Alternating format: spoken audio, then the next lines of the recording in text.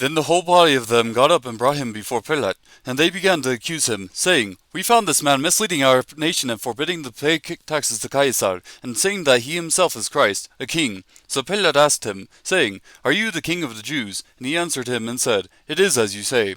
Then Pilate said to the chief priests and the crowds, I find no guilt in this man. But they kept on insisting, saying, He stirs up the people, teaching all over Judea, starting from Galilee even as far as this place. When Pilate heard it, he asked whether the man was a Galilean, and when he learned that he belonged to Herod's jurisdiction, he sent him to Herod, who himself was in Jerusalem at that time. Now Herod was very glad when he saw Jesus, for he had wanted to see him for a long time, because he had been hearing about him and was hoping to see some sign performed by him. And he questioned him at some length, but he answered him nothing. And the chief priests and the scribes were standing there, accusing him vehemently.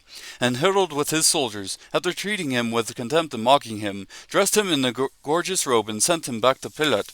Now Herod and Pilate became friends with one another that very day, for before they had been enemies with each other.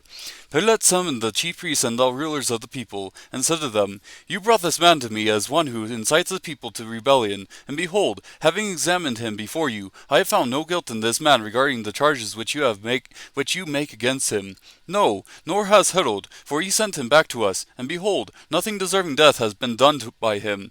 Therefore I will punish him and release him. Now he was obliged to release them at the feast one prisoner. But they cried out all together, saying, Away with this man, and release for us Barabbas. And he was one who had been thrown into prison for an insurrection made in the city, and for murder. Pilate, wanting to release Jesus, addressed them again, but they kept on calling out, saying, Crucify, crucify him. And he said to them the third time, Why, what evil has this man done? I have found in him no guilt demanding death, therefore I will punish him and release him. But they were insistent, with loud voices asking that he would be crucified, and their voices began to prevail. And Pilate pronounced sentence that their demand be granted, and he released the man that they were asking for, who had been thrown into prison for insurrection and murder, but he delivered Jesus to their will. When they led him away, they seized the man, Simon of Cyrene, coming in from the country, and placed on him the cross to carry behind Jesus. And following him was a large crowd of the people, and of women who were mourning and lamenting him. But Jesus, turning to them, said, Daughters of Jerusalem, stop weeping for me, but weep for yourselves and for your children. For behold, the days are coming when they will say, Blessed are the barren, and wombs that never bore, and the breasts that never nursed. Then they will begin to say to the mountains, Fall on us, and to the hills, Cover us. For if they do these things when the tree is green, what will happen when it is dry? Two others also, who were criminals, were being led away to be put to death with him. When they came to the place called the Skull, there they crucified him and the criminals, one on the right and the other on the left. But Jesus was saying, Father, forgive them, for they do not know what they are doing. And they cast lots, dividing up his garments among themselves. And the people stood by, looking on, and even the rulers were sneering at him, saying, He saved others, let him save himself if this is the Christ of God, his chosen one. The soldiers also mocked him, coming up to him, offering him sour wine, and saying, If you are the king of the Jews, save yourself. Now there was also an inscription above him, This is the king of the Jews.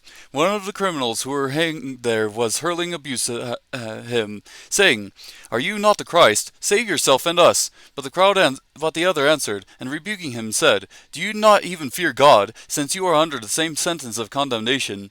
And we indeed are suffering justly, for we are receiving what we deserve for our deeds. But this man has done nothing wrong.